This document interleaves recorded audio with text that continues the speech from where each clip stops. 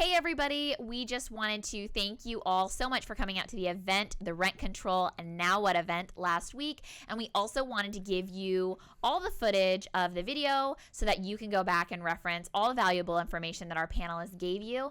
In case you don't know who I am Crystal Moore, host of the Value Add podcast with K&K, and I am also the broker and owner of Pacific Shore Capital, a real estate financing firm specializing in commercial and multifamily. And if you don't know who I am, my name is Kenny Simpson. I am a co-host along with my lovely wife of the Value Add podcast with K&K.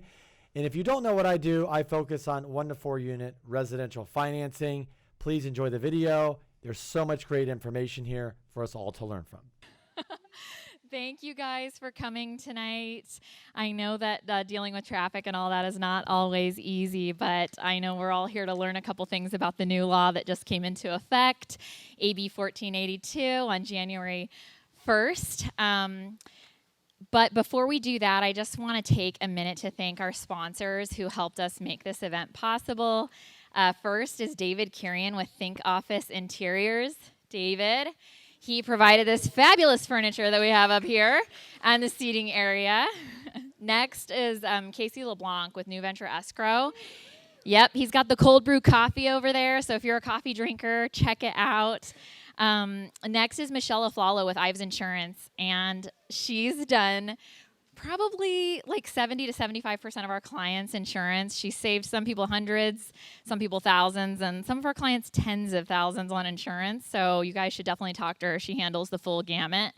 And then next, Cameron Aldrich with Chicago Title. I feel like if you don't know Cameron, you've definitely heard his name. So Cam's a good friend of ours, and he's helped us out on a lot of deals where we wouldn't have otherwise been able to get them done. And then we have, of course, Chris Robinson. He is the broker and principal of Acre. And you guys might also know him as the Apartment Geek. If you are not signed up to get his weekly email, I highly, highly recommend it. He sends a weekly email with tons of value for apartment owners and just kind of talks about a lot of different topics. So I definitely recommend it. Next, I'm going to get into introducing our panel here, and then we'll get it kicked off. So Molly Kirkland is the Director of Public Affairs for the San Diego County Apartment Association. She also provided us with a very informative handout, which goes over the AB 1482 laws. If you don't have it, you should grab one. But she also covered a handful of other things that passed on January 1st that you may want to know about. So that's a really good handout to have. Next is Alan Nevin. He is the Director of Economic and Market Research for Xpera Group. He's been on our podcast, and I've seen Alan speak a couple of other times, and he always just has really valuable information about the market, and specifically multifamily. Then we have Mike McDevitt, MAI appraiser with MDS Realty Advisors. Most of you here own apartments in the room, and Mike's probably appraised one, if not all of your buildings. So we're happy to have him here. And then Richard Alter, eviction attorney, here to answer all the hard legal questions for us tonight.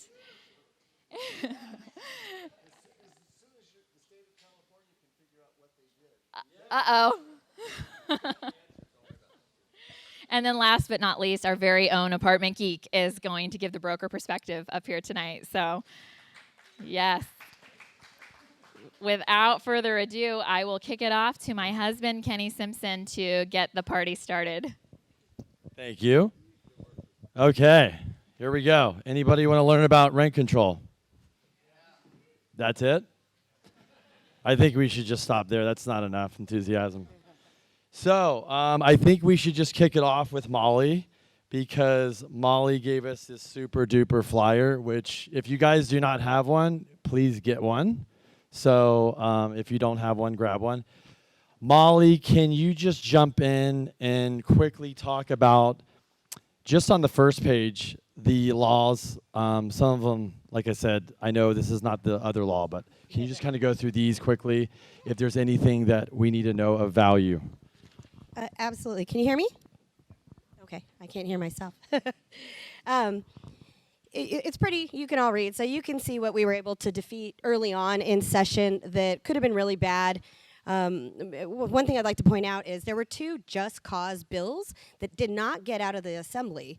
And at the same time, when AB 1482 got out, it had no just cause in it. It got rammed in when it got over to the Senate side. So it was kind of interesting that there was no support for just cause on the Assembly, but nevertheless, it ended up in AB 1482. AB 724 was a bill that would have created a rental registry at the state level, and kind of created some panic for us because we thought this is a slippery slope to a rent board on the statewide level. You would have had to submit data on your units, your rents, possibly your tenants, and it could have been really bad. So we were pleased that we were able to defeat these. I would like you to take a look at SB 329. I did find a typo. It doesn't WAD, it adds. Source of income to protected sources of income. So meaning now you have to accept Section 8 and VASH vouchers. Gone are the days of no Section 8 or I'm sorry, I don't accept Section 8. Take those out of your ads ASAP. So it's very similar to what the city of San Diego did a couple years ago and went into effect August 1 of last year. And SB 644, just if you get military applicants and they're moving in, with themselves or dependents, you cannot charge them more than 1 month's rent in security deposit anymore. If they're moving in with roommates who are civilians, that goes away. So those are some of the major ones in addition to AB 1482 that you should be aware of. So let's talk about AB 1482. Do we have to? Here we go. All right, I think you all know at this point, it is in effect. Your rents are now capped within a 12-month period at 5% plus the change in CPI. It says the change in CPI from April 1 of one year to April 1 of the following year. What we found out as we got into this is that for our regions, San Diego and Riverside, there isn't an April CPI figure anymore. They stopped reporting each month, and they only do bi-monthly reports in odd months. So we kind of said, wait a minute, what do we use? So we've been advised from Assembly Housing and others to use the March figure of 2.2%. So in San Diego right now, your rents are essentially capped at 7.2%. If you have properties elsewhere, you'll see there's some other figures for you. If you're in an area that doesn't have a report from the Bureau of Labor Statistics, you get to use the state CPI, which is 3.3%. So if you're in one of these nether regions, kudos to you. I will say we are working on cleanup language as we speak, meaning we're trying to clarify many a thing, and many a thing needs clarified. Rick will talk about that, including the CPI and how that will work out for you.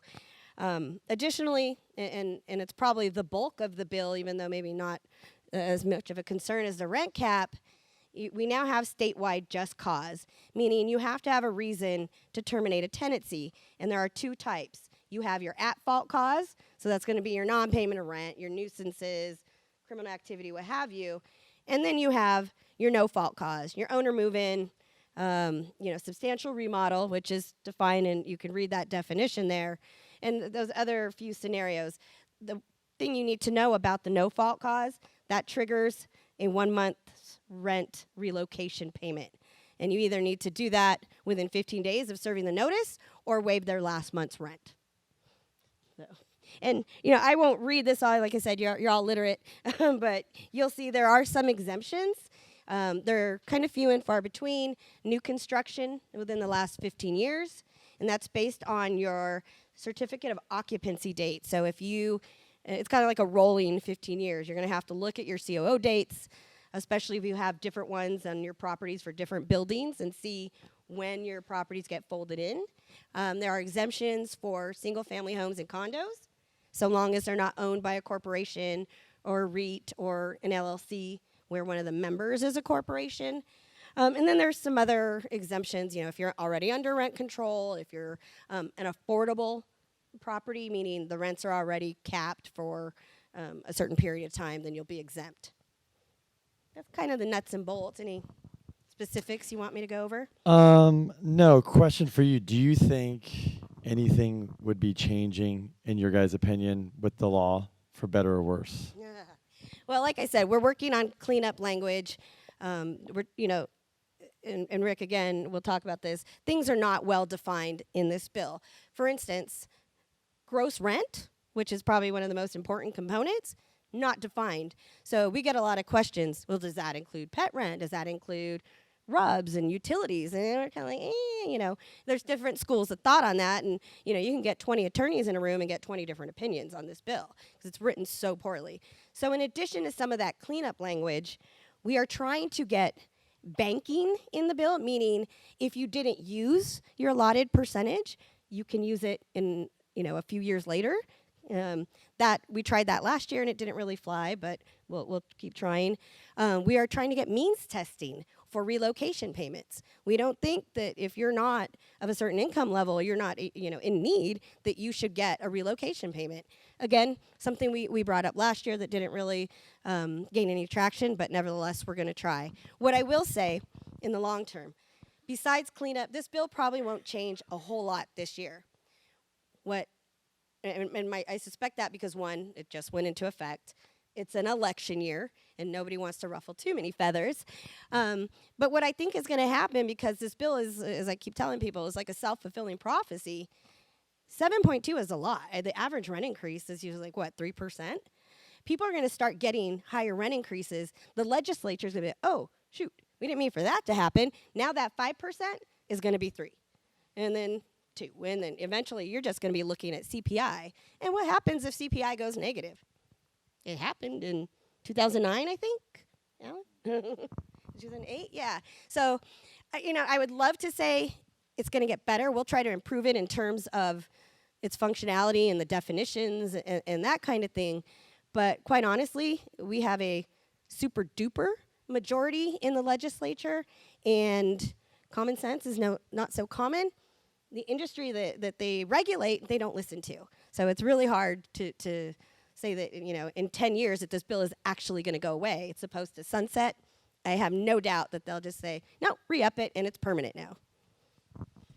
Exciting. Sorry to depress you. Get drinks. Anybody want a drink? So speaking of attorneys, Rick, you got to hit the bottom button. Click it. Oh my God, it's here. Holy moly. Rick, can you just jump in, piggyback on that? What's your input? What do you got? Well, a lot of this stuff is going to get decided in different courtrooms. And unfortunately, if you put the same issue in front of 3 judges, you're going to get 6 different answers because they're going to change their minds. That's a problem. In San Diego, we've got 16, 17 legal aid attorneys. The good news is I have a really good relationship with them, and I know what they're thinking about this law because I helped them with it to understand it. There were 3 people that worked on their legal aid's answers to this, and I'm good friends with all of them. There's a lot of confusion. This was a very badly written law. I know their intent was just to take advantage of landlords and make entitlement housing for everyone, which, you know, I'm all for as long as it can be in La Jolla Shores. If it's not, I don't know. One of the issues that exists potentially is in the just cause evictions, non-payment of rent. Somebody is smoking and you got a no smoking clause, which you can have.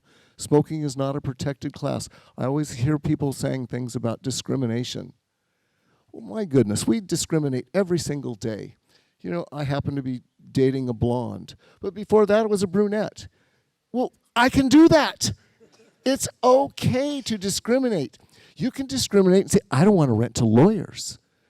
I wouldn't recommend it, but you know, we're the worst. So let's just cause eviction. So you serve this pay rent or quit notice. You serve this perform covenant or quit notice. Well, there's some dispute because the statute says after you serve this, you may serve a 3-day quit notice. Served a 3-day pay or quit. Now you serve a 3-day quit. You may serve it doesn't say shall. There's a lot of confusion. So is it 3 plus another 3 for another notice? Do you have to serve 2 different notices? No answers. We got no answers. And someone's going to have to figure that out. My guess is it won't be the legislature, but they can't figure out anything. Let's talk about, what should we talk about? What do they ask me to talk about? Well, this is a practical one. This is a really good one. What if you raised your rent before March 15th of last year? You win. You win. If you had a crystal ball and looked into it and said, oh my goodness, hi folks, I didn't see you over there, and said, well, I'm going to raise the rent, 15, 16%. And prior to this law, as long as you gave 60 days notice, you could raise it as much as you wanted. Well, that 30 and 60-day thing just disappeared. The good news, a little bit, it'll go away, I promise you this, is the city of San Diego, which Donna Fry gave us in 2004 a just cause ordinance that talks, it was tenants' right to know. Well, right now, Donna Fry, who did, given what the draconian thing we just got with 1482, did an almost reasonable thing. And right now, that is protecting the city of San Diego from some just cause stuff. But they're going to take that away from us. I promise you, they're going to make it, it's got to be just as much. Okay, so March 16th, you raised the rents. Well, here's the good news. You get to keep that extra rent until January the 1st. January the 1st, you have to have a rollback to 7.2% from when you increase the rent. Remember, you've got 12 months to work with this. And you have to send notice to the tenant. What I would like you to do is say things like, you know, we're restructured everything, and we're thinking you should have a reduction in rent. As opposed to saying, your state government said, we have to do this. Say, you know, we wanted to do this for you because we're good guys. Now, there is some wording that you're supposed to use, but as long as you do the rollback, no one's ever going to question it, you know, your motive. What if we don't do that? Oh, that's a great question. And they don't pay rent and we go to eviction? Well, if legal aid gets involved, I promise you'll have a problem. What do you think would be the problem? They would say your pay rent or quit notice asks for more rent than you are entitled. It overstates the amount of rent owed, and they will make you go back to square one. So that's not a good thing for you to do. You really. So basically, if you fix it now, you have to fix it now. Fix it. January 1st. Don't wait. You need to have fixed it.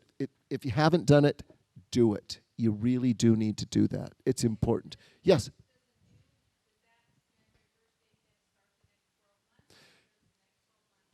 $12 months is when you last changed the rent. You figure it out that way. You're not, and there's confusion, Devin. There's confusion about that too, because they didn't really say what's the trigger date. But my thinking is, okay, you raised it, let's say March 16th. For March 6th, you charge the extra. Now you're going to be stuck with January 1st. 12 months from January 1st. Here's one of the dilemmas, and Molly will attest to this. Each one of your situations is going to be different. It used to be I could go in and talk to people and make them laugh, and now we're crying. And we talk about, okay, this is all you got to do. I've been doing evictions for 41 years. When I started, I told people I was 6'2", and I'm 5'8" now. I don't know what. Eventually, you wear yourself down, I guess. It was a different world. It's a way different world now. So each situation is different. Get counsel. Talk to a landlord-tenant lawyer. Don't just talk to a lawyer. This is a hybrid field now, and there's a lot of good attorneys. Not just me. There's a whole bunch of competent people out there. Employ them. It will be worth it in that courtroom. Use your mic. I can help you turn it on. I get an extra degree for that. Can you hear me? Yes. So if you've raised the rent and you're at your cap, say 772, can we incorporate additional rent like parking, utility reimbursement, Chris, etc.? that is a great question. Unfortunately, the legislature didn't really get there. They don't have an answer for that. So what do we do? Because I feel like we're at Vegas right now, and you're saying I should hit, but should I hit? 9. That's what you hit. I'm going to tell you, don't take those chances, because you could get some judge or some legal aid attorney that wants to appeal this, and all of a sudden you're spending a lot of money to get a little bit. You're going to be raising your rents 7.2% this year, and probably for every year after that, unless, as Molly suggests, the legislature gets to us again. Well, in 3 years, you're up 24%. That's not a bad return if you think about it. Legislature, as you suggested, Molly, didn't think about that. They just thought, what can we do now? Yep. And unfortunately, they're still in power, and they can still change these laws. So what I tell you to, I would tell you to consider all the here's how, let's look at utilities, because utilities is a little bit different than everything else. The cost of living index is going to factor in some utility increases. Pet rent, still, oh, it's what? It's called rent. It's exactly my point. It's rent, parking rent. And one of the issues with, calling this stuff rent is the legislature called it rent. You could call it charges, but then you couldn't put it in your pay rent or quit notices. You'd have to do perform covenant or quit notices. Well, are you going to do an eviction for $50 of pet rent? I don't think so. Now things may be changing, because if that person's paying $850 a month, and when you upgrade it, all of a sudden it's now $1,500 a month, you might take that chance. It's a possibility. But right now we don't have anything to define it. It's a great question, and I wish I had an answer, but no one does. Yeah, I'm gonna. can I piggyback Yeah, go on ahead. that Yeah. quickly? What we've been advising, to Rick's point, is if your tenants are paying it with the rent, like your pet rent or their parking, what have you, it's going to be considered rent. Utilities is where it kind of gets weird. What I would suggest is if you use RUBS or you've got submetering, that's not going to be considered rent, especially if it's being paid through a third-party biller. And RUBS and utilities, as we know, those fluctuate. It's not a hard number that stays the same like the rent. So that's kind of what we're advising our members. So, Rick, I'm going to get back to you. I'm going to come back to you. We want to hear some good news. And I think Alan, are you going to give us some good news? We got the mic on. That's good news. That's good news. Yeah, Jeff, after spending the evening here, I want my Ferrari back. I had a bright yellow Ferrari for a long It's back time. there, I think. But there's one or two out there that I'm looking at. This is a bill of unintended consequences. It basically gives all apartment owners justification for doing major remodeling and kicking out all the tenants and raising the rents an absurd amount, which is very possible here. The average apartment unit in this county is almost 50 years old, and most of the stock is C, and most of it's in decent locations where people would desperately pay more to have a modern apartment. They're living in C's, but they can afford B's. And the act is very clear. You can't do a lipstick on a pig routine. You have to have a contractor, and the tenant has to be out 30 days. It has to take 30 days to remodel. So you got to put in a new water heater and a bunch of new things. But once you're through with that, you can get whatever rent you want. One of my clients has a project that they did the full remodeling on, and they raised their rents 70%.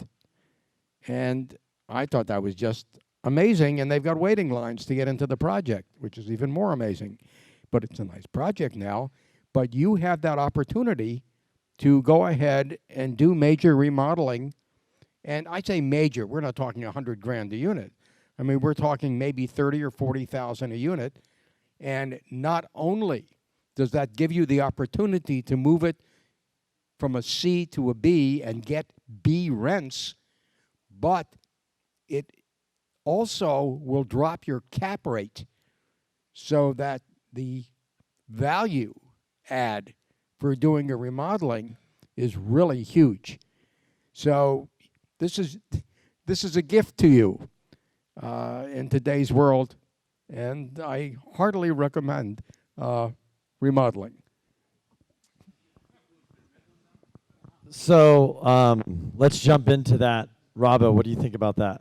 You're basically, we're used to people buying value add properties, right? So they want, basically, like Alan says, everybody loves to take a C and make it a B. That's where we're making, a lot of people in this room have made a lot of money doing that. Correct. What's the conversations like now? What are you seeing out there, in regards to that? It's very location sensitive. So the Hillcrest and the hot urban, submarkets, if the location's good and you can get those bigger market rents, then it validates going in and spending 30, 40K a door or whatever it may be.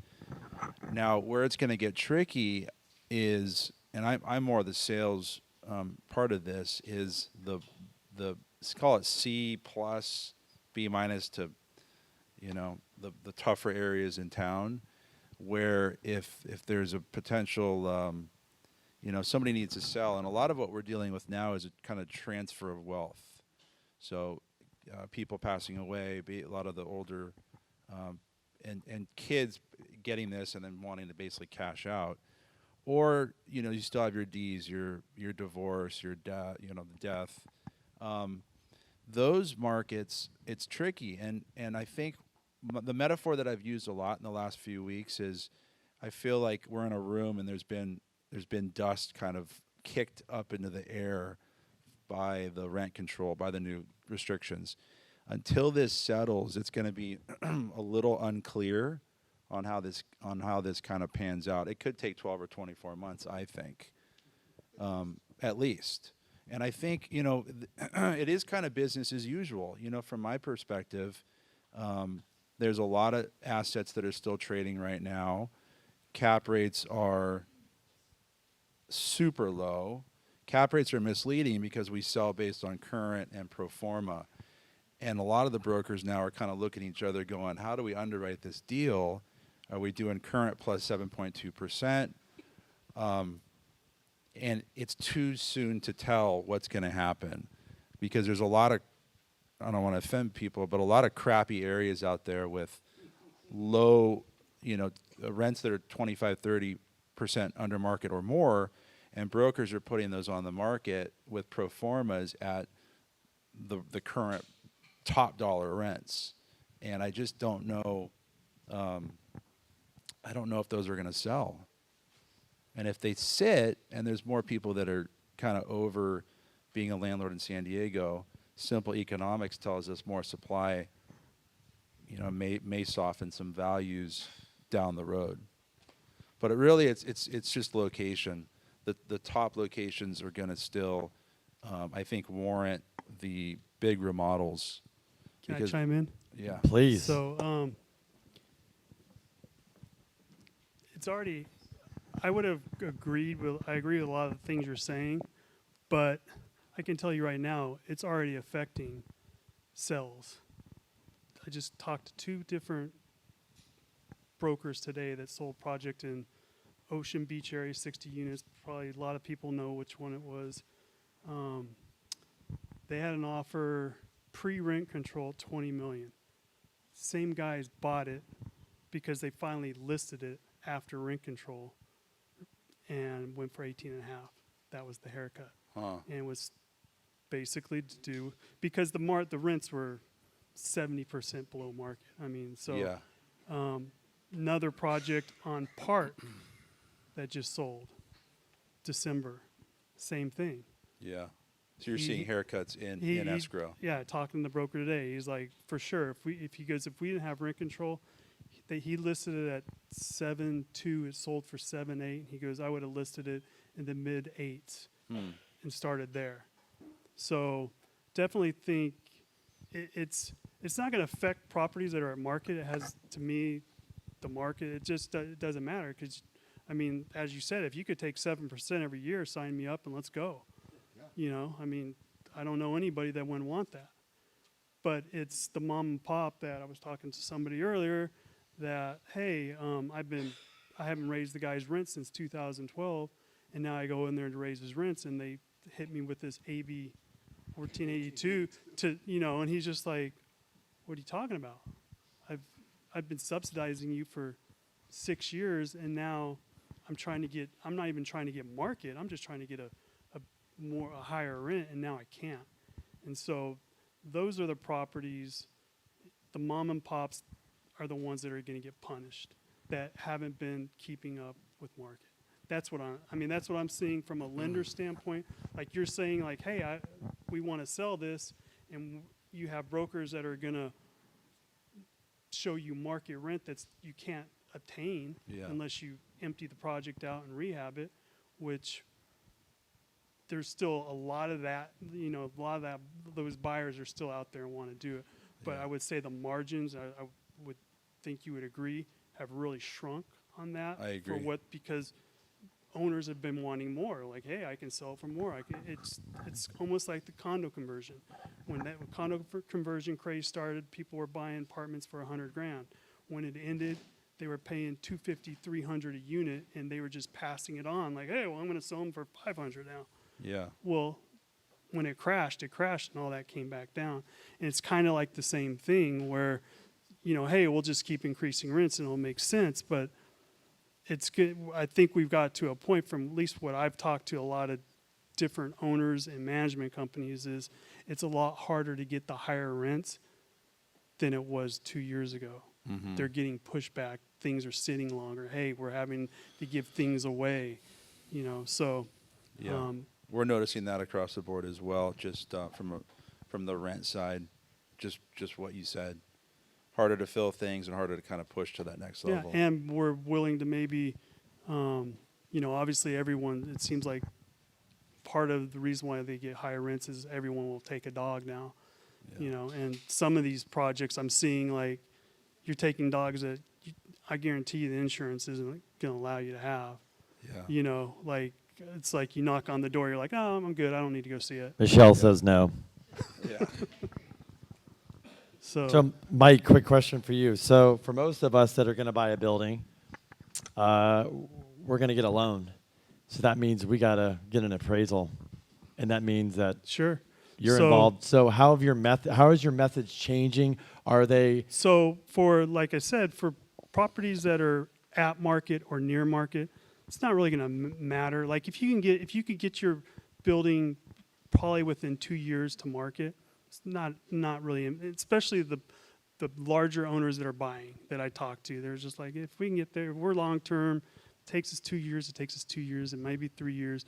But if you're 70%, 40%, like in the case on Park, they're like 40% below. For me, if I'm appraising it out on a refi, it's like, hey, look, guess what? I take your rents, I increase it 7.2%, and let's cap that and let's see where we're at. That's the reality. That's where we're at, and may be able to kind of give you a little bit lower cap to help the value push that up a little bit, but you're going to be confined. You're going to be debt income restricted from the loan amount. So there's not even, the value's not going to matter at that point. Do you have like a percentage of if you're gonna like pre-rent control to now, if you're looking at the same building, where value would probably come in? If you can just give an example, like, hey, I appraised this building pre-rent control. Well, if I like- appraise that one, Like this I is- said, like the 60 unit that sold in Ocean Beach, I mean, you don't get 60 unit projects in the coastal areas. So, I mean, the thing was they were getting hammered by buyers. But pre-rent control, earlier this year, they had an offer at 20 mil. Sold it for 18 and a half, and that to the same buyer. And they had multiple offers for the property. And they had both people that are looking to go in there and empty it all out, and the group that ultimately bought it are just gonna do it as they turn. And that the owners that were selling it, they owned it for, it was, the father had built it, so they were friends with the tenants, and that's why the rents were so low, and you know, it's just that story. But they wanted that buyer because they're friends with the tenants, and hey, they're not gonna kick them out, and it's not, they felt good about that. So, in that case, it was 10%, a little bit less than 10%. I mean, that was the discount. I mean, you know, and that, just so you know, with that, if I would increase those rents on the 8%, or I did 8%. It was a 2 cap, is what they paid, a 2 cap. At 18.5. At 18.5, 2 cap. So, Rick, quick question for you. Crazy. So we're talking about value add properties. Yeah. We buy a C, we want to make it a B. How does that look if I buy a C right now and I want to get everybody out? Can you walk us through the best to your ability of what that scenario looks like, how we're going to do that without getting in trouble? Okay. Yeah, I think I can. Give you my best shot at this. You got to be right. We're counting on you. I'll be as right as I can at this very moment. You still have no fault evictions, which say we are going to do huge renovation. I mean, these are my words, and I passed out what the law is, and the person that wrote the law some answers to usual questions. Naturally, he skewed it because he wrote it, but you got some insight into it. So you have to pay him the 1 month. That's next to nothing. But you've got to be able to do substantial renovation. And you will see substantial renovation is called out in the statute. It tells you exactly what things you need to do. You're going to need to do serious plumbing, electrical. You're going to need permits. And I'm telling my clients, get your permits first and then do this. They've got to be out for at least 30 days. I think we got a shot at it. But here's the real question. We talked about discrimination just a little bit. Who do you choose first? Which unit's the worst? Which person came in last? I don't have answers for you unless you're going to do the entire complex. And there may be some people that buy smaller complexes that are going to do that. They're going to say, you know, I bought this for a song, Mike, and I got extra buckets of money because I didn't pay as much as I should have. I'm going to get rid of everybody. I'm going to pay them a month of rent. Hell, I'll pay them 2 months of rent just to get rid of them. And then I can do this substantial renovation. And you look at this, and here's what will happen. You are going to be challenged in landlord-tenant land by the legal aid attorneys. Is it really substantial? where are the permits? We're going to need to bring contractors in to talk about what's going to happen. I have every expectation we're going to have little circuses going on in Department 60. That's where we're doing all of the evictions in San Diego County right now. But it exists on paper. They had to give landlords something to hope for. But in every event that one of my clients is thinking of doing this, I'm going to make them jump through the rings of fire. Because if I don't make them jump through the rings of fire and we get into court, if they missed a ring, they're going to lose. I don't want my clients losing.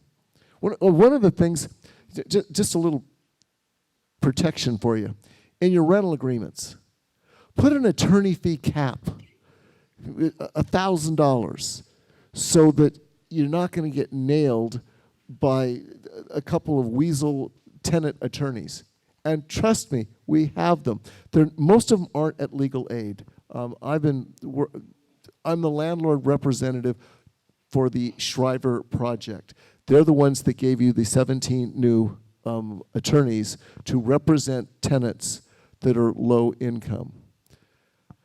To your statement, Mike, no good deed goes unpunished. All these people, and they come in and I talk to them, they said, but I've let them live there for 15 years and they've paid not even half the rent that they should have. One of the things you need to be aware of, just as a psychological thing, because I get to see this, after a tenant gets to about 5 to 8 years living there, they think they own it. They don't think it's yours anymore. They think it's theirs. And when you try doing something, they're going to scream like a wounded banshee. We don't want that. So, Mike, you've seen it. Yeah, we all have seen it. And maybe those are the people that you want to pick off and use that money to try and clean things up. But do look at the substantial renovation. Can I ask you a question? Yeah. Because part of it in that clause as well is you can get just cause to get them out for doing environmental abatement. Asbestos, lead paint, things like that. Asbestos is in pretty much every. But they are ceiling. still. I think. So no, I'm just asking you. No, I think the courts are still good.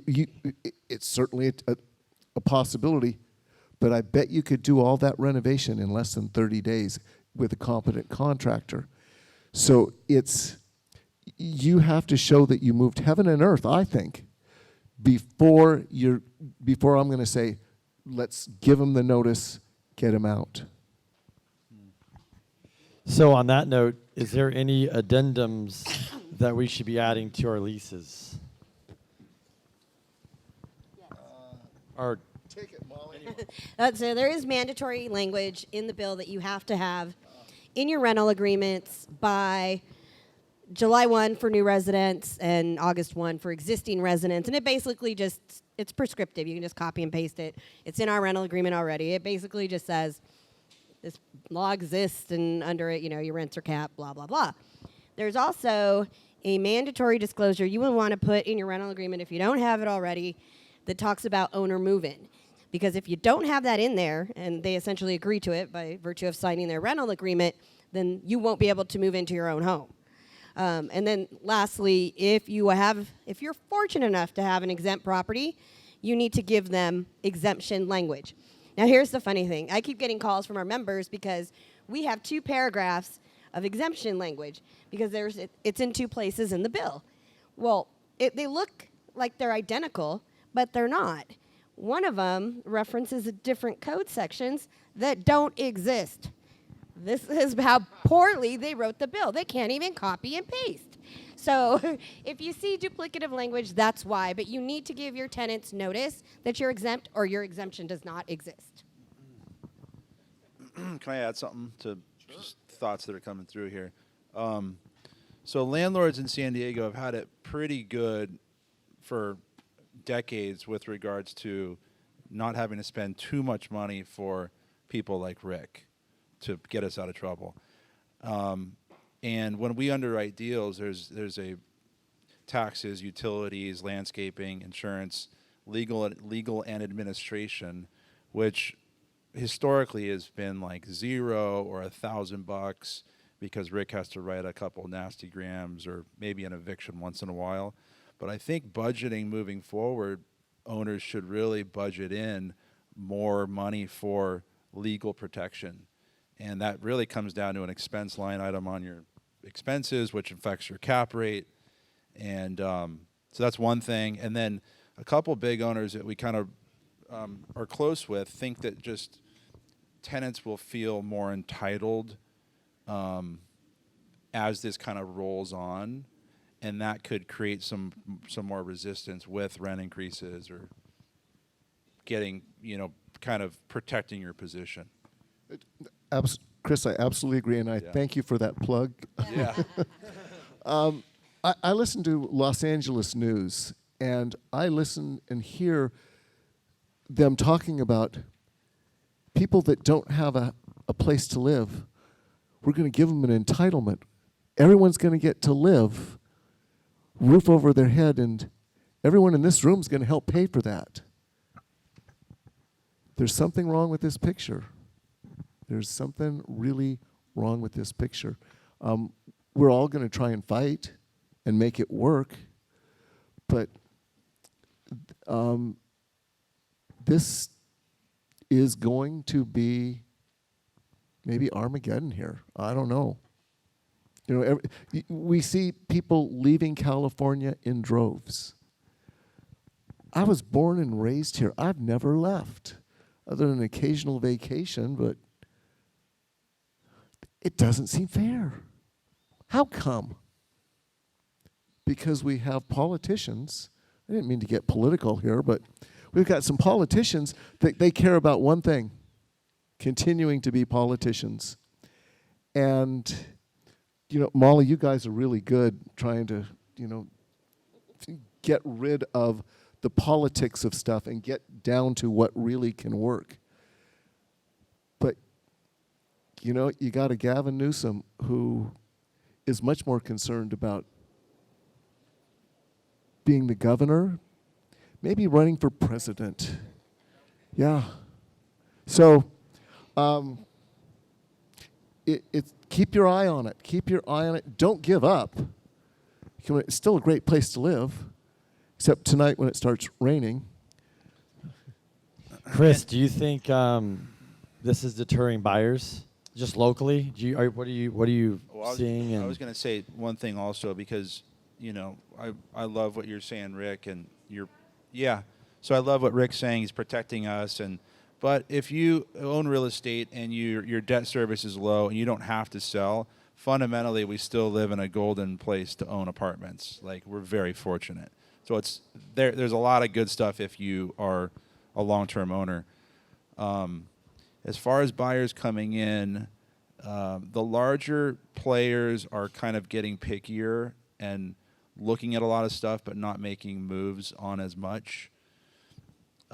We're starting to see a lot of, I don't want to call it stupid money, but the economy is booming.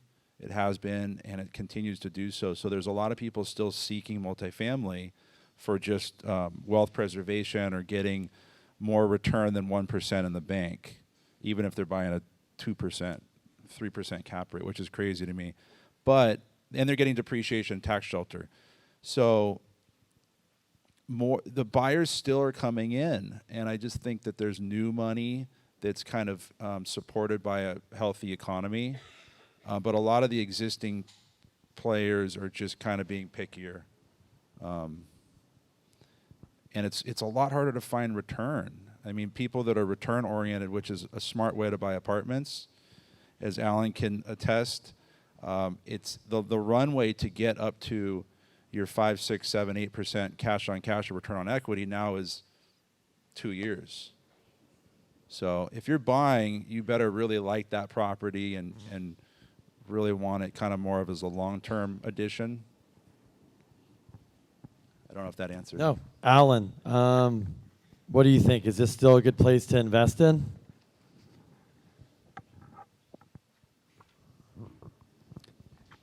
Let me look at the big picture here. You talk about the remodels go great in the closer in urban areas. And it's true, of course.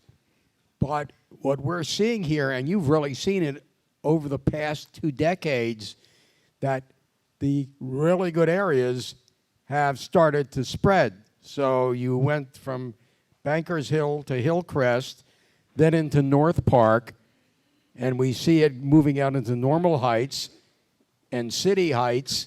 So the city changes. And maybe you want to be ahead of the game and just wait it out a little bit, because you know that you can still buy better in the areas that are not lovable at the moment. But they're going to keep pushing out, and they too will have its day. Mike, I mean, you're appraising a lot of deals all the time. What's your kind of overview on all this about, do you still think this is going to be a good place to buy, and what are you kind of seeing, or what do you think? I mean, long term, it's always going to be a great place because we don't build enough housing.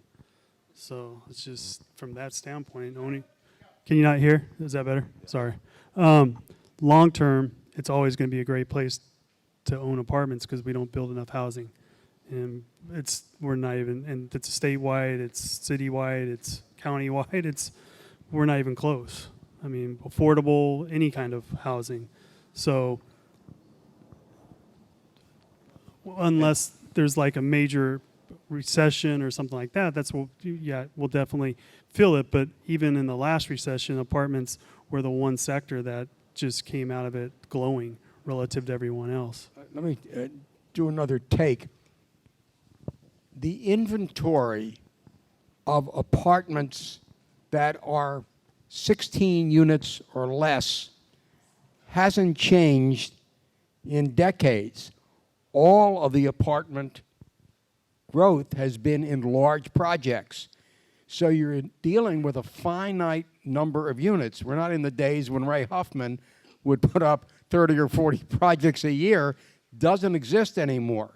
So if you're playing in the arena with smaller projects, you're really dealing in an arena where there will be no future additional competition. So you're a winner. And you're still a winner moving forward, you're saying, just to be real clear.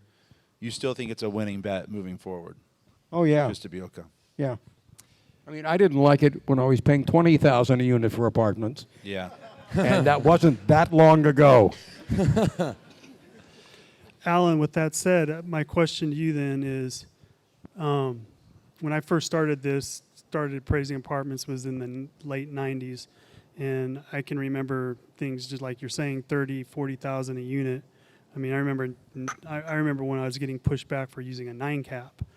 I mean, so with that said, now you look at a property that may have sold 20 years ago for 40,000 that's selling for a unit that's selling for 240,000 a unit. So my question, can you envision in another 20 years that kind of growth? And that's, as someone that's in it and doesn't buy a lot of things, I have a hard time coming to grips going, okay, like seeing that kind of appreciation again. I don't think you'll see it. I really don't. You know, the other thing that bothers me now is, and I love condo conversions, but you can't make the numbers work anymore. So in the last run-up, we had an enormous number of units that got converted from rental to condo. You can't do that anymore. I don't know if there are any condo conversions in the county today. No, I mean, 06, 07, and then kind of tapered off. We haven't really seen, I haven't seen that really come back at all. Alan, Mike mentioned the R word, recession. Can you kind of just give us quickly what, especially for San Diego, California, I mean, do you see this affecting anything majorly? But what's the outlook for the next year or two? Okay. Recessions are not mandatory. Okay? Australia has not had a recession since 1991. And you really don't have to have one. What you have to have a recession typically is one president who will do the wrong thing or do nothing when they should have done something. And that has been the cause of the last 3 recessions that we've had. Right now, our president hasn't done anything to hurt our economy. And I don't see him doing it. What do you think for being a real estate investor in San Diego? What does it look like over the next 10 years? You mentioned that you don't see the same appreciation, but what do you see happening? No, I just see a rather steady growth in value. And it's sort of interesting. It's in different segments. The first-class office market now is doing incredibly well because you've got, you have Apple coming in, taking down 400,000 square feet, and they only want a space. So that market is booming at the moment, and it was sort of dead 3-4 years ago. So a lot of people moving in, more jobs, better jobs, high-paying jobs. I mean, we continue to grow by 20-some thousand people a year. We really need 12,000 new households a year. We're not building anywhere near that much, and our construction is actually going down, particularly in multifamily. So this year we probably, in 2019, I think we barely did 8,000 multifamily, and a big chunk of those were for sale townhouses down in Otay Ranch. So we're definitely not building enough to match demand. So, Alan, starting with you, do you think this rent control law is going to affect more the tenant or the landlord in the long run? I think equal. Rick? Nobody wins in this situation. There may be some temporary wins. Everybody loses. Well, maybe not the lawyers. I was going to say, you guys always win. This is ridiculous. That's because we stack the deck. Chris, don't change that line item too much. I already see what's going on here. Chris, what do you think? A rising tide raises all boats. So There you go. Everybody's gonna now most landlords are gonna feel like they're gonna stick it to the government, stick it to the tenant, and they're gonna raise their rents. Where a lot of what we've seen over the last decade has been just a lot of complacency and owners sitting on their rent roll for years and not doing increases. So as that becomes more common and you raise your tenant, say 5-6%, they get pissed off and go look elsewhere. Well, I think everybody else is going to be doing the same thing. So I think that whole tide's going to be rising. Molly? I tend to agree with these gentlemen. Ultimately, what I think is, listen, rent control has existed in numerous jurisdictions for a lot of years, and landlords have weathered that storm, right? They figured out how to operate there, and ultimately, while this is a new landscape, I think people will figure it out as long as they don't change it constantly. That's, I think, what makes it difficult. What I'm more concerned about, and I don't, Rick touched on this a little bit, is, for instance, in the city of San Diego, there are already efforts to change the just cause ordinance, not only to mirror state law, but to go a little bit further. And this is on the heels of the source of income ordinance that was passed that saw a lot of landlords get sued for innocent mistakes. And so I'm more concerned, and you guys, you're far smarter than I am. It's not my bailiwick, the economics of it, but I'm wondering when is that straw, or what is that straw going to be that's going to break the camel's back? And really, a large part of our membership is the independent owner, roughly 65%.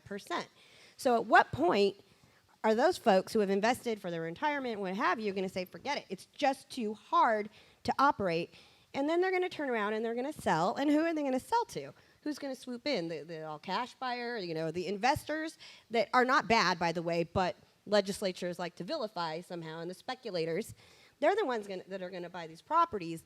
And then you're not going to have maybe that personal touch at rental properties anymore, the owners that know their tenants. And then the legislature is going to be mad that this is happening, even though they created it. So, it would be interesting to hear from owners at what point they just say, I can't do this anymore. It's too hard. It's not. I don't even think it's about the money. I think it's just cumbersome at this point. Mike? I kind of tend to go with Chris. I don't think, I think the market will adjust. It's just another nuance that people have to deal with. Going on what you said, with regards to owners not knowing their tenants, my one recommendation of praising properties for 20 years, and people always ask me, hey, who's a good management company? Who's the best management company? And typically I will say the owner, because they're most invested and they watch their line items the best.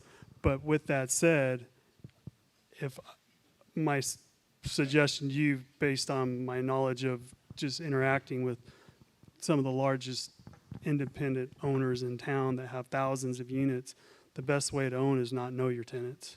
It's a business. That's what it is. It's a business. If you're giving them below market rent, you're just like the government subsidizing them.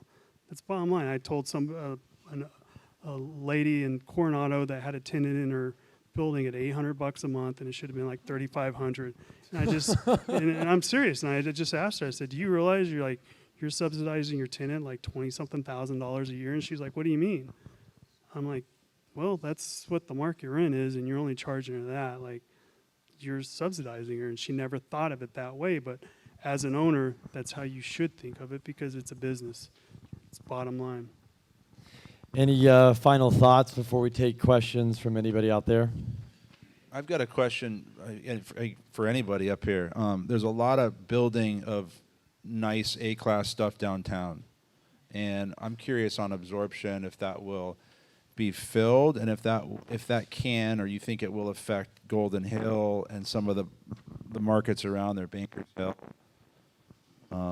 There's a lot of supply. Well, it seems. The downtown market is quickly becoming glutted, and the new buildings are not renting up as fast, and their concessions being given, but they're averaging $350 a square foot and sometimes higher, and that's, let me put it this way, there are not many people who work downtown. You know, I'll give you the exact number. There are 80,000 people who actually work in downtown San Diego. Only 14% of them are professionals. So when you talk about filling up thousands of very expensive apartments, you're having to rely on folks who reverse commute or wealthy retirees. And we don't have a large number in that category. So the downtown units, and there are thousands more under construction right now, another 3,000 are under construction, they're going to have a tough time on it. Yeah. And unfortunately, it's very difficult to build a new project in San Diego in the urban core with rents under $350 a square foot. The numbers just don't work. They may temporarily be down at $3, but the pro forma is at $350. So that has a rollover effect to other areas, and their rents gradually go to catch up, or in the past they were able to catch up. Yeah. Any other final thoughts?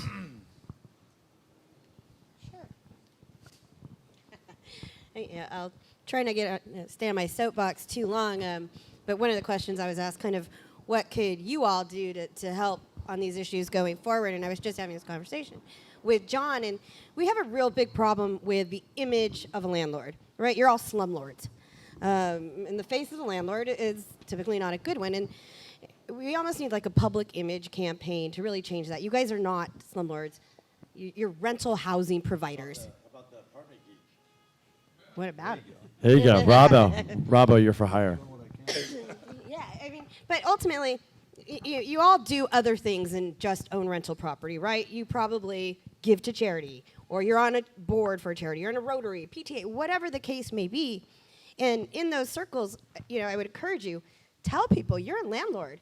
A lot of times, you feel like you can't say that because you get vilified, but ultimately, you're all good people who are providing housing. You're providing shelter, and you don't get enough respect for that. So blow your own horn. tell people I provide rental housing. I provide roofs over people's head and help us change the face of the landlord. I mean, we'll do what we can on our advocacy side of things, but you guys, you're the boots on the ground. So help us help you. And give money, because I hate to tell you this, the Prop 10 from 2018 is coming back this year, Prop 10 2.0. So, and a split roll measure as well. What's that prop? So anybody doesn't know? They don't have numbers yet, I don't think. What is it? What is it in detail? So one would alter Costa-Hawkins, similar to Prop 10 from a few years ago, except the nuance on vacancy decontrol is a little bit different. It wouldn't remove it altogether. It would kind of give you a limited percentage over 3 years. The split roll measure is going to change the way your commercial and industrial properties are taxed. Essentially, gone are those caps. It'll still exist for residential, but if this passes, it'll be reassessed to market value. And the reason you should be concerned, even if you don't have those types of properties, this is camel's nose under the tent. What do you think they're coming for next? Multifamily, and then eventually your single family. Sorry. Gotta love California. Anybody have any questions? Uh-oh, Don in his fancy clothes. Thanks. So someone told me that the retroactive going back to March is there's a federal law that says you can't do that.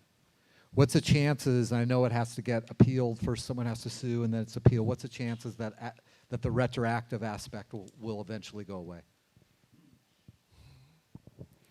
I don't see that happening. I really don't. That's not what we wanted to hear. No, no. They're gonna. You're gonna have to. Well, no, you're not gonna give that money back.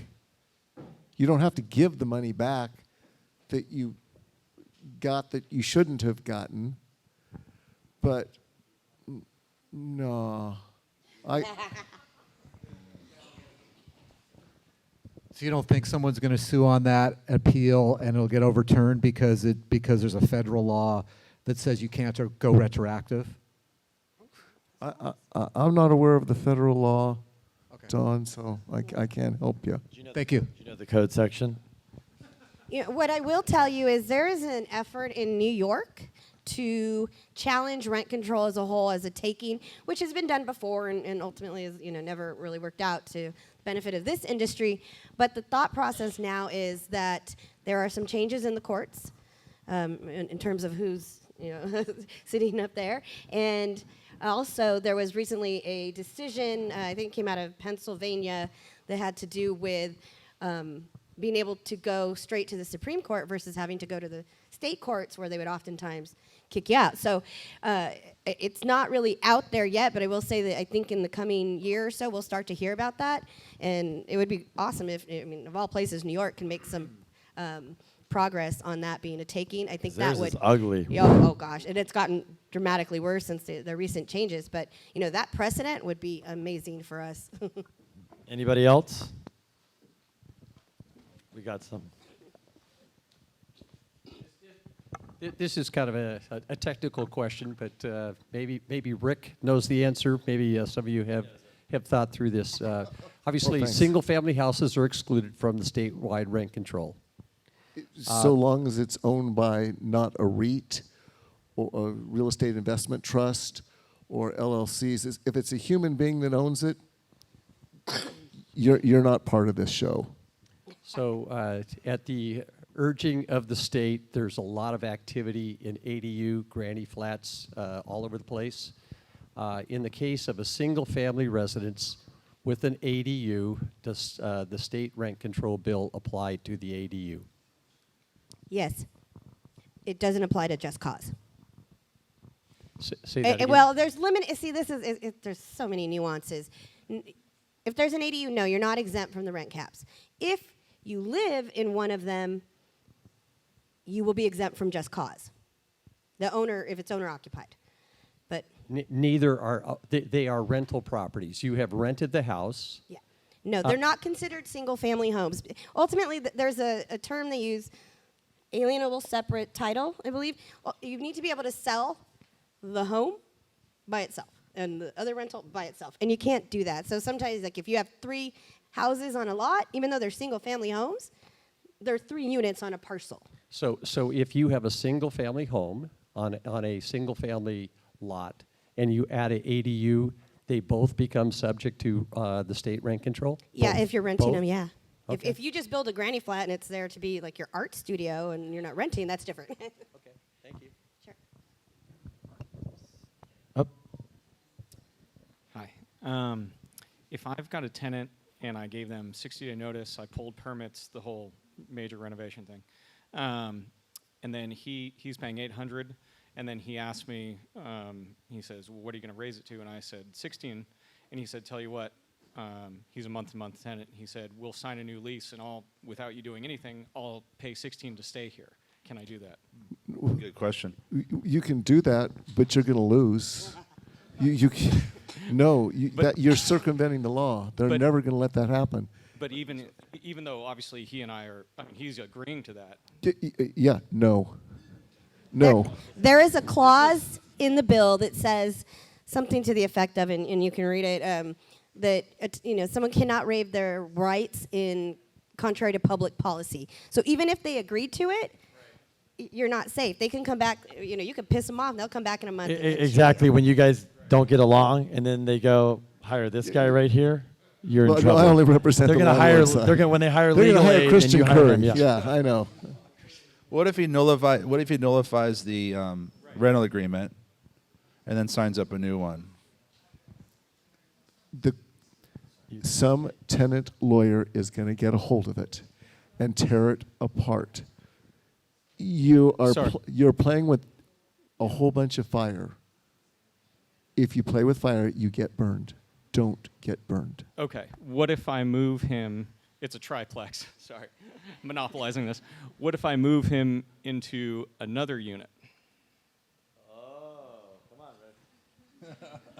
And what if I add his girlfriend to the terminate the lease and add his girlfriend? Right. Yeah. What I would tell you to do, and Rick, correct me if I'm wrong, I would tell them to give you a 30-day notice to move. And then that way, you're not giving the notice. They can leave whenever they want, and then if they want to move into your new unit or the other unit, I think that would be...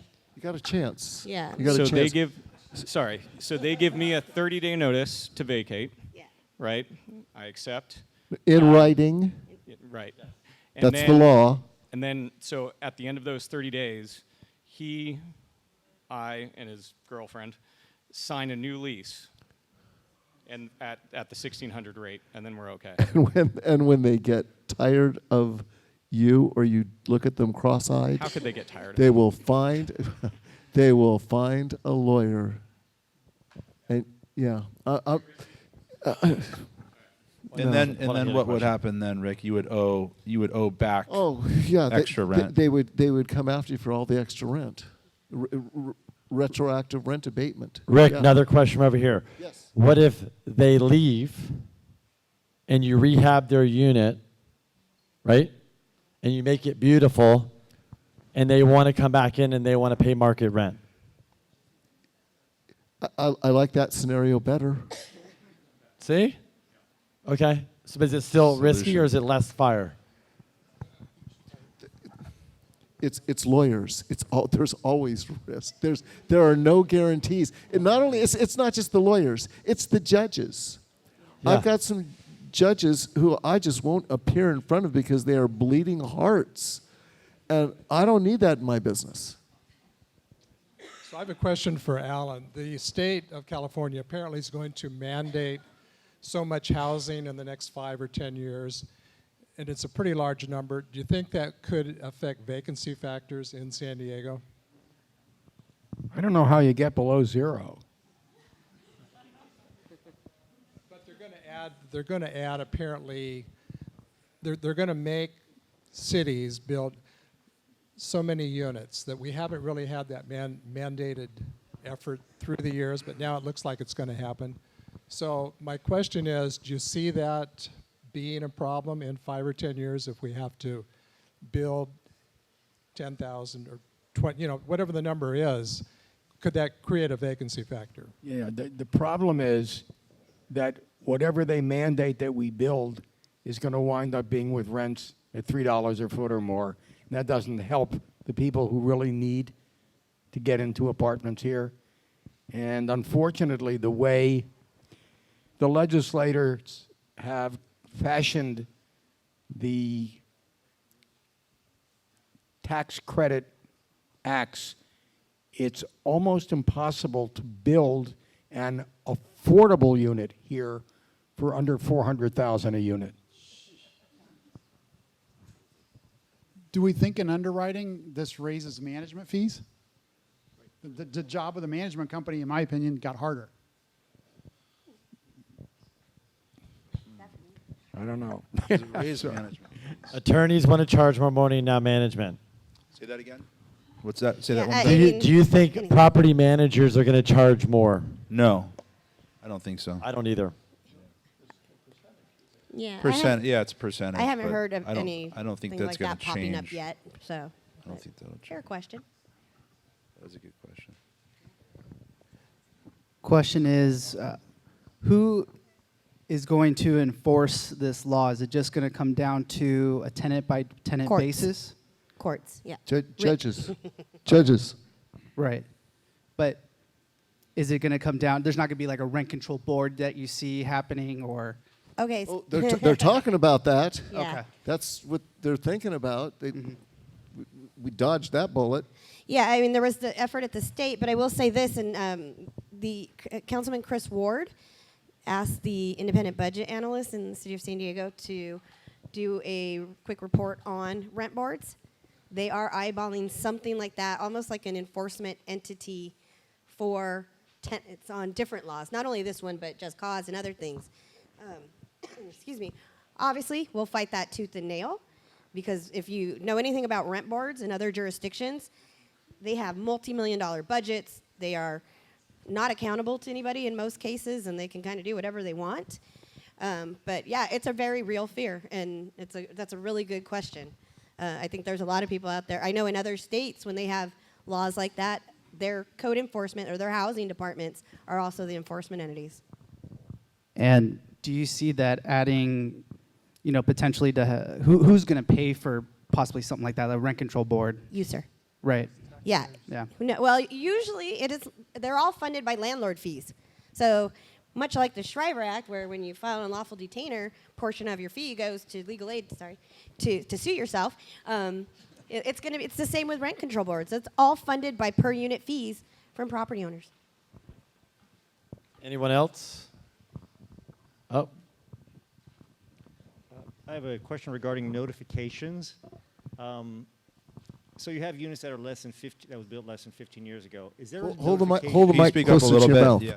Okay. So regarding notifications, so if you have a building or a house that was built less than 15 years ago, is there a notification letting them know that they're not subject to the? Yes, absolutely. Okay. If you got one of the handouts that I had, it gives you the paragraphs to put in that you need to send to your tenant saying you are not part of this law. Okay, because when I was reading the wordings of the Yeah, legalese gets now a you little know the difficult. problems I live with trying to read that stuff. Right. So, Yeah. okay. And then, how about for units that are Section 8? Those, do we have to notify them also with these same? So this is one of those fun areas of the bill where it's really poorly defined. There is debate on whether or not Section 8 is exempt or not. The author himself didn't mention Section 8 in his Q&A. He just talks about affordable units. The way it's written is horrible. I did just hear that Ledge Council came down with an opinion that they are not, or that they are exempt. But on the heels of passing SB 329 to mandate you accept Section 8, I can't believe that that was their intention. So we're trying to get clarification on that. For the time being, I would just say treat everybody the same. I mean, I know that Section 8 isn't a fun process, but until we get clarity, I would hate for you to get sued. Well, Rick wants you a to little get sued. insight into this. The Shriver attorneys believe that Section 8 isn't going to be part of this. Is not? That is what their opinion is. Now, it could change the drop of a hat, but right now they're saying, no, we're not, Section 8 is exempt from this. Okay, so specifically, if we have a Section 8 property, we can raise it. We can't still raise it above the 7 point whatever. I would tell you, in an abundance of caution, use 7.2%, and then Section 8 will keep sending you, and maybe they will send you more money guaranteed. Of course, you're still stuck with that Section 8 tenant. Hopefully not next door to you. But yeah, I'd be cautious, because remember, a legislator's job is to continue to be a legislator. And those rent boards, same thing. They just want to, once they're on, it's a great job. You know, spending all of our money. So if they believe that Section 8 is, you said, is not part of this, right? That's So- what I got so far. Okay, so if you apply to Section 8 for your 7.2% increase and they deny you, where does that leave the landlord? Ooh, great question.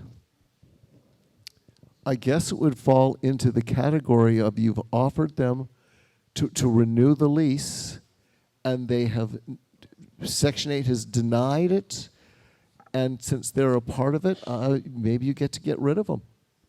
Maybe. Great question. Yeah, that's a very interesting question. First off, I mean, Section 8, they do a rent reasonableness comparison of your other units and similar units. And if they deny you, you can come back with like 4 comps from the area to try to plead your case, and sometimes they'll be kind. I had another thought, it just escaped me. The other thing to consider with Section 8 is it's not that easy to get rid of them now, because you can't simply terminate a tenancy based on the fact that they have a voucher. Now, that's how like some legal aid attorneys and what have you will interpret it. Oh, well, you're not terminating it because the rent increase wasn't approved. It's because they're in Section 8. So I don't know. It remains to be seen how they'll come down on that. Any other questions?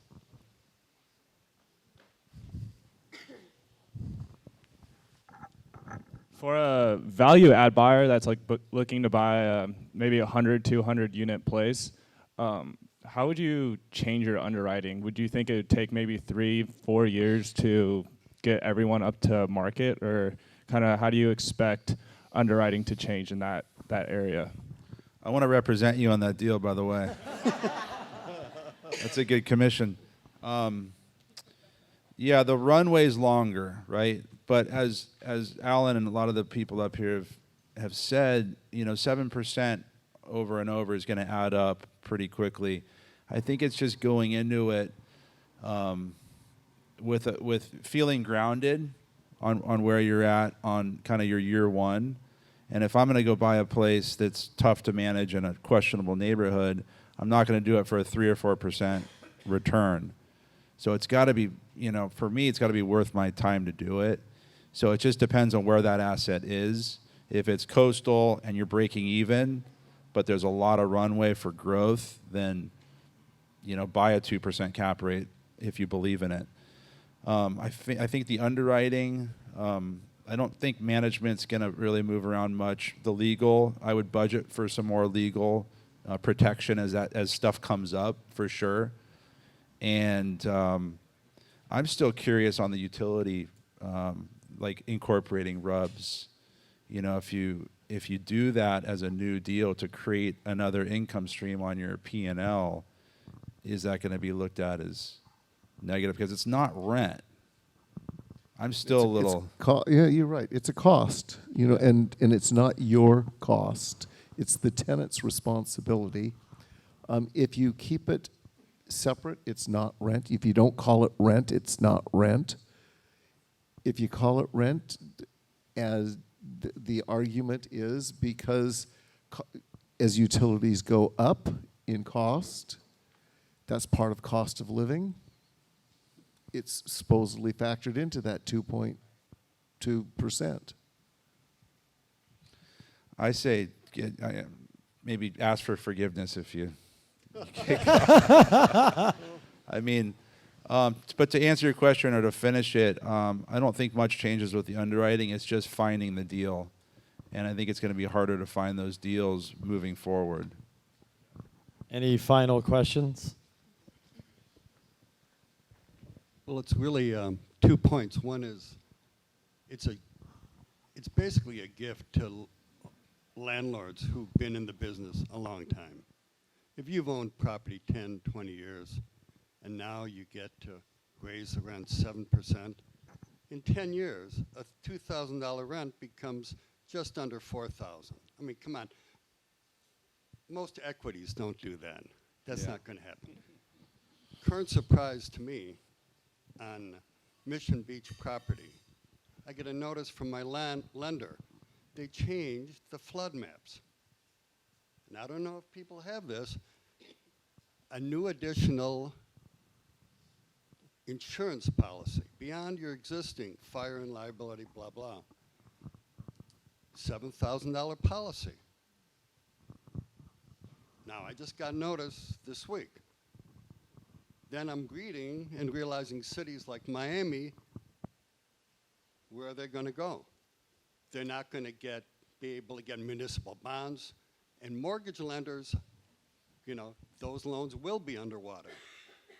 So just wonder those kind of issues that are beyond the traditional landlord-tenant story, meaning climate change, there are deniers, but guess what? The insurance companies are not ignoring it.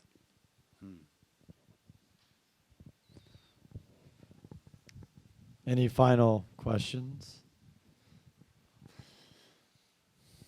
Everybody's just absorbing all this, swallowing it. Right? I think the bar's still open. The bar's open. Alan's thirsty. Kenny, good job, man. I would say, guys. I mean, I would say, look. In my opinion about this whole thing is just like in real estate, if you've owned property, if you've managed property, we finance property, do all this, I think the most important thing is just make sure you have a good team. You have a good broker, you have a good lender, you have good appraisers, good attorneys, get involved, and just focus on those type of things. Things are going to happen, but at the end of the day, I think if you have a good team around you and you know what you're doing, as Rob or somebody said, the big apartment guys, yes, they're bigger. They're not really. This isn't going to stop them. They're going to continue to buy because they understand long term you're going to win, and then they also have good. They have a good team and they know what they're doing. So that's my final thought. Otherwise, I want to thank everybody up here for your time.